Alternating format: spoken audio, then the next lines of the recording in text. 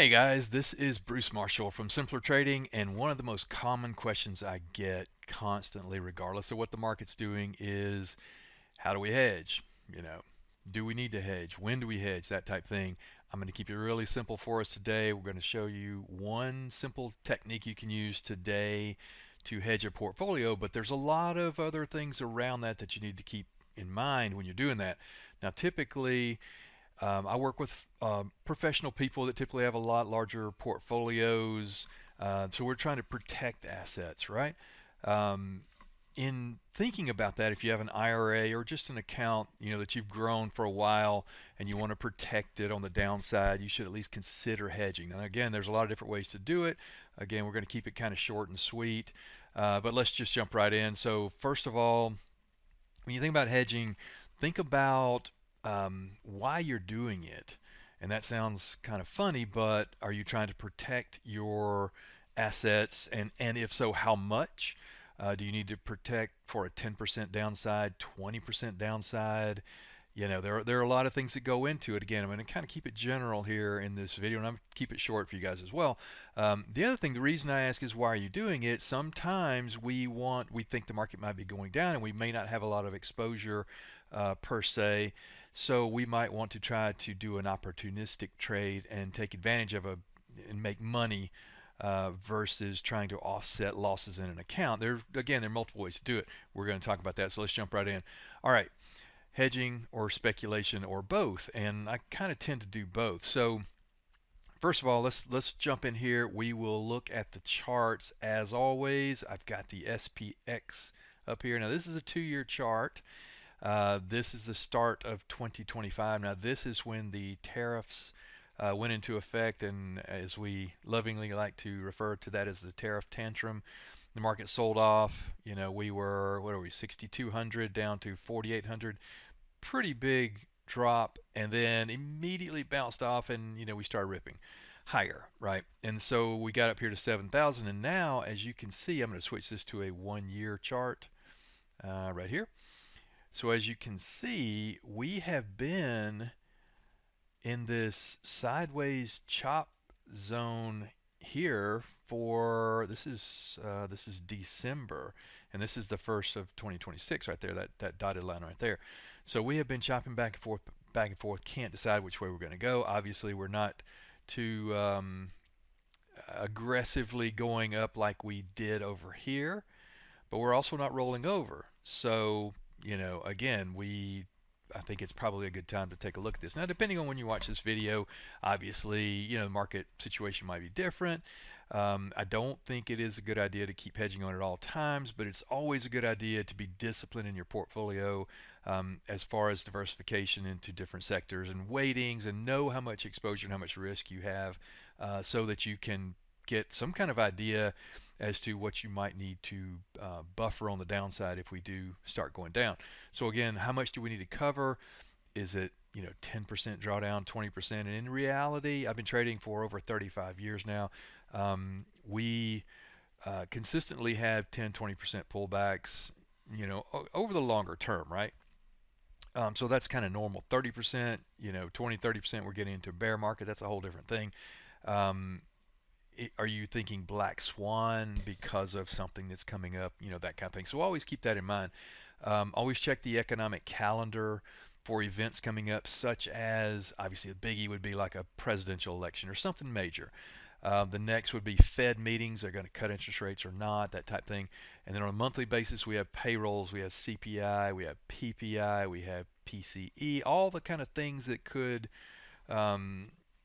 make the market get a little wishy-washy or whatever. So always be aware of when those things are coming up, and then we can plan around that, right? So the first thing we need to do is to kind of get a ballpark idea of where we think we might be going. Obviously, I've got a super simple chart up here. That's the 20-day moving average. That's the 50. That's the 200. I like to keep it simple. There's that low from the tariff sell-off, 4,800. Do we think we're going to come back here to the 200? Are we going to come all the way down here? Now this would be kind of black swanish at this point, honestly. And at this point in time, I don't think that's really on the table. But always think about ahead. What could happen? There's geopolitical stuff. There's all kind of stuff that can happen, right? And there's things that we can't there's no way we can know that things are coming, down the road for us. So how do we protect that? So again, if we kind of have a ballpark idea of where we're going, the next thing is how long is it going to take to get there, right? Again, this we're just ballparking here. If we think it might, or just let's just say there's a presidential election coming up in November, fill in the blank on the year. Um, we maybe want to start planning for it now. I'm just, a big event that we want to plan for. So that gives us months to plan for it. In this example, we got a Fed meeting coming up end of March in about a month. So maybe we plan around that. You have to have an idea. You can't just start throwing stuff out there. It's expensive to hedge, and it doesn't always, usually it doesn't, pay for itself. But when it does, it's a really, really nice thing to have on in place, right? So we have a ballpark idea of where we think we might go, and I'll just give you some kind of rough ideas here. So you see this level here again. These two prior lows here, that might be something we want to look at here. Maybe this prior low. This coincides with the 200-day moving average. That's probably a pretty good spot. But I want to show you some things that are a little even simpler than that. And so what I want to do, this is SPX. I'm going to switch this to SPY. Now SPY is um, very much, much, much more liquid than anything else out there, so it's easier to use. So first thing we want to do is to go to our trade tab here, and I'm going to look at SPY. And one of the cool things you can do, and this is on TOS on Thinkorswim, one of the cool things you can do is go down here and look at time and sales, and you will see this is from today. These are quantities that were traded today, right? It shows the time they were traded, the amount, the price that they came across at, and there's the spread, the bid and the ask, etc. And it shows you those are done in spreads. I'm just pointing this out to show you that you can keep an eye on this, and I watch this all the time, and you can see big blocks of volume come in, and these are fairly big, but I did a screenshot here. Now this is older, but I want to make a point here. So the volume I was showing you here, that comes across the tape today. Tomorrow, this will switch over and it'll be open interest, right? So this is what happened today. Now I took a screenshot of this because it was so crazy. This is on August 23rd. There was 100,000 contracts there. That's pretty good size. 200,000 contracts there. That's pretty good size. 100,000 contracts there. Pretty good size. Guess what that is? That's a butterfly. It's a big butterfly trade. So someone that's putting 100,000 contract butterfly on probably has a pretty good idea of what they're doing and where things might go. So I watch this and I track this. I've done it for years, and let me show you what I found here. So if we go, and it's typically on the white section right here. Those are monthly expiration. These others say weekly. They're weekly. The most volume is going to be in the monthly. So let's go out here to April, and I'm scanning down here, and this is maybe a week ago when I saw these, and I'm noticing a lot of volume, here, here, here, here, here, here. So what is that? Well, if we look, and I have it written down here, this one, the 475s line up with the 525s that line up with the 575s. So that is a butterfly trade, right? I'll show you the trade in a second. Pretty cool. This has been the pattern, and whoever does these, obviously they know what they're doing. Reach out to me. I'd love to talk to you because I've been following you for a year or two. Same trade comes up every month. All right, the next one is you see that 100,000 right there, 45, 200,000, 535, and 100,000 there. So that is an overlapping butterfly. Again, 100,000 contracts on the first one, or excuse me, 75, 150, 75, I believe, and then 100, 200, 100. Big, that's pretty good sized trade, right? This has been the pattern for probably over a year that I've been watching every single month. All right, so let me show you the setup here. And again, if you're not familiar with butterflies, don't worry about it. I'll show you what I'm talking about. So the first one here is this one. It is that's SPX. Let me show you the SPY. So if we go here to SPY, the first one we looked at that I showed you was 75,000 by 150 by 75. again, let me show you again. 70. Now there's 78. Obviously, there's some extra contracts that are trading on that same strike, just random stuff. But this was 75,000. This was 150,000. This was 75,000. So it was a clean butterfly right here. And this is the Analyze tab. If you don't use it, it's pretty cool. Use it all the time. It's very, very, very helpful. All right, so that's the first butterfly. Now look at this. If you hover your mouse over this, and I have other videos on how to use the Analyze tab and all, it's very helpful. If you hover your mouse over there, if you do that 75 times, now this is cheap. Look, 46, literally 46 cents, right? But if you notice over here, that's 3,450,000, $3,450,000 in that trade to do it 75,000 times. What's my profit? If you hover on the max up here on the butterfly and you look right over here on the max, that's 371,025,000. $371 million max profit. That's a lot, right? Well, guess what? This other one here, we'll isolate it. I'll show you 100 by 200 by 100. I know I'm going fast, but it's not as complicated as it looks. The other one was 100 by 200 by 100. That's the overlapping butterfly. And you'll see how this works here in just a second. So that's the second one. Now look, this is $6 million trade. 100,000 contracts down here times 60 cents. I'm showing what they did. This is obviously an institutional person. We could do it and do one contract or 10 contracts. 10 contracts would be $600, right? But look at the max profit here is 492 million. Where was it? $492,700,000, right?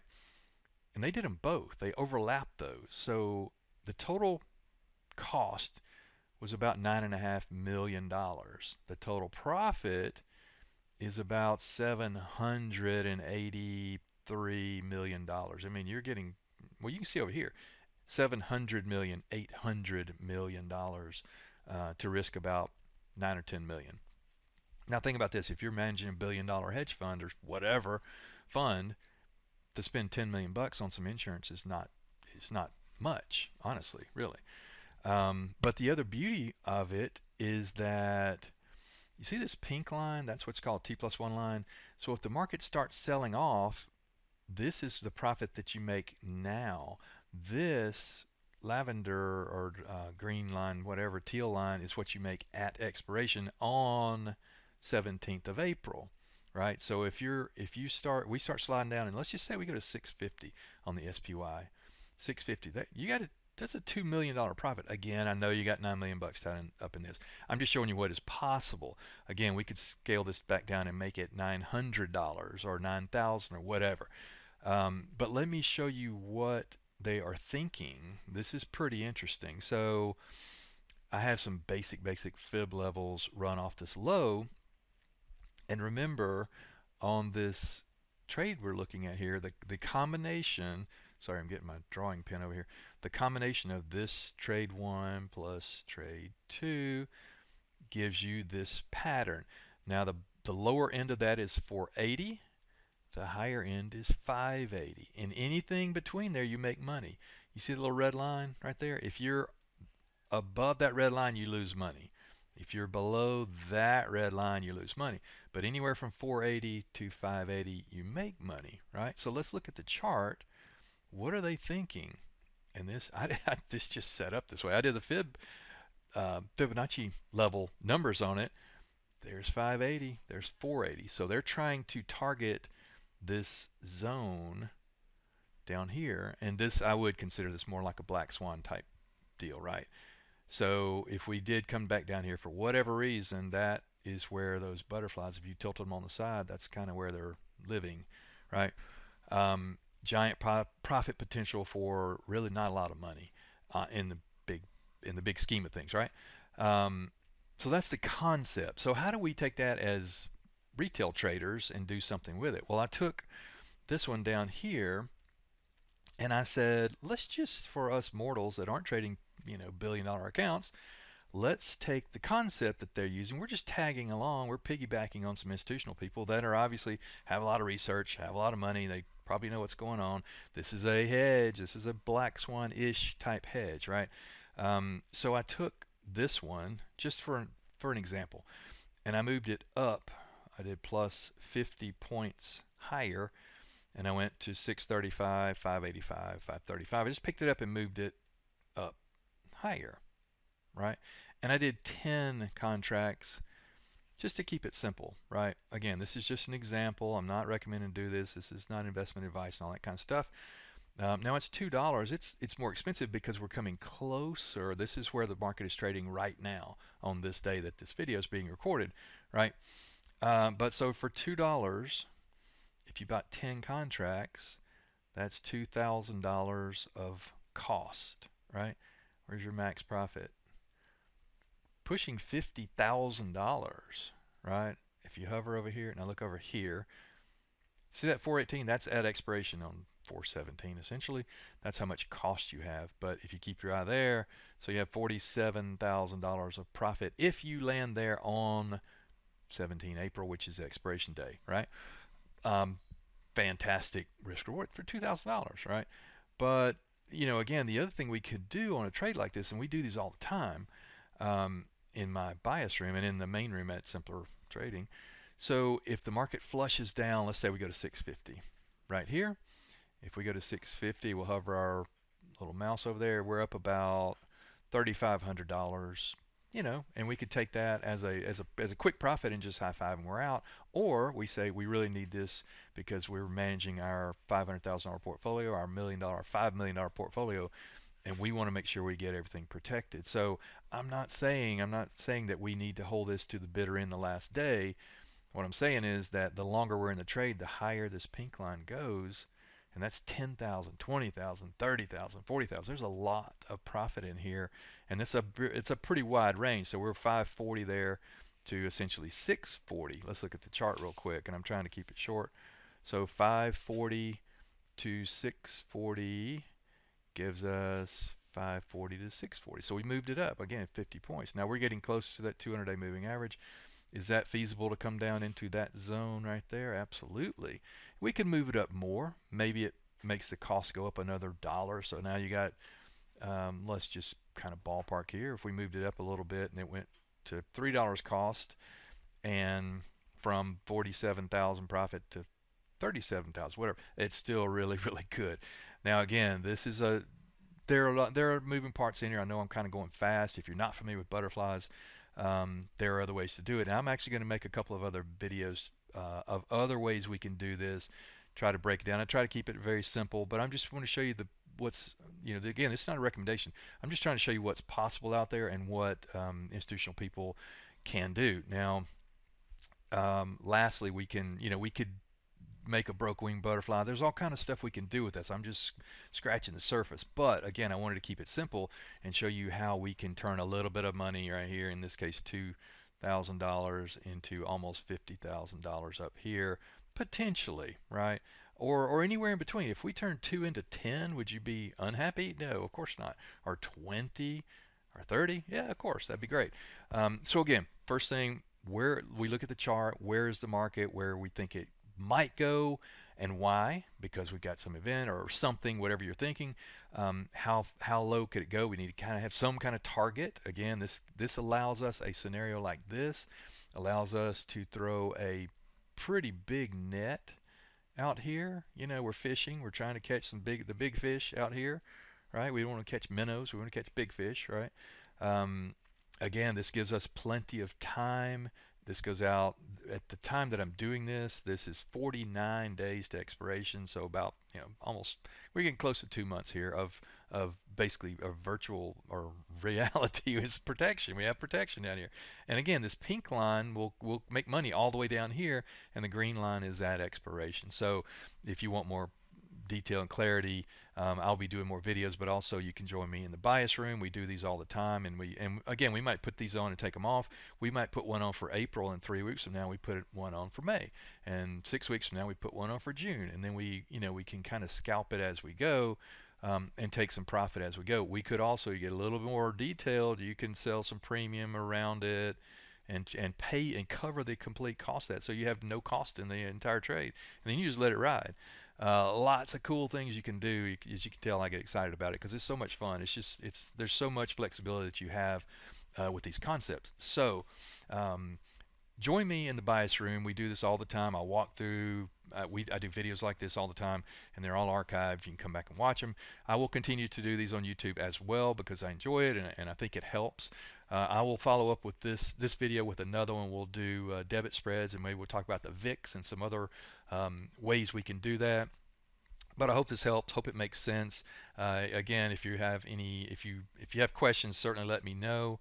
If you're trading a portfolio of any size and you want to hedge it, certainly consider doing something like this or some form or variation of that, and let me know if I can help. And also put in the comments down there, let me know what other videos you want to see, and I will do it for you. So thanks for your time. I really appreciate it. Come join me in the bias room. I'll put a link down in the bottom down here, and you can check it out. We'll have a trial. I think there's a trial. We'll put a link down there, and you can come in there and see what we do. So thanks for the time, guys. I appreciate it. I'll see you in the next video. Thanks. Take care.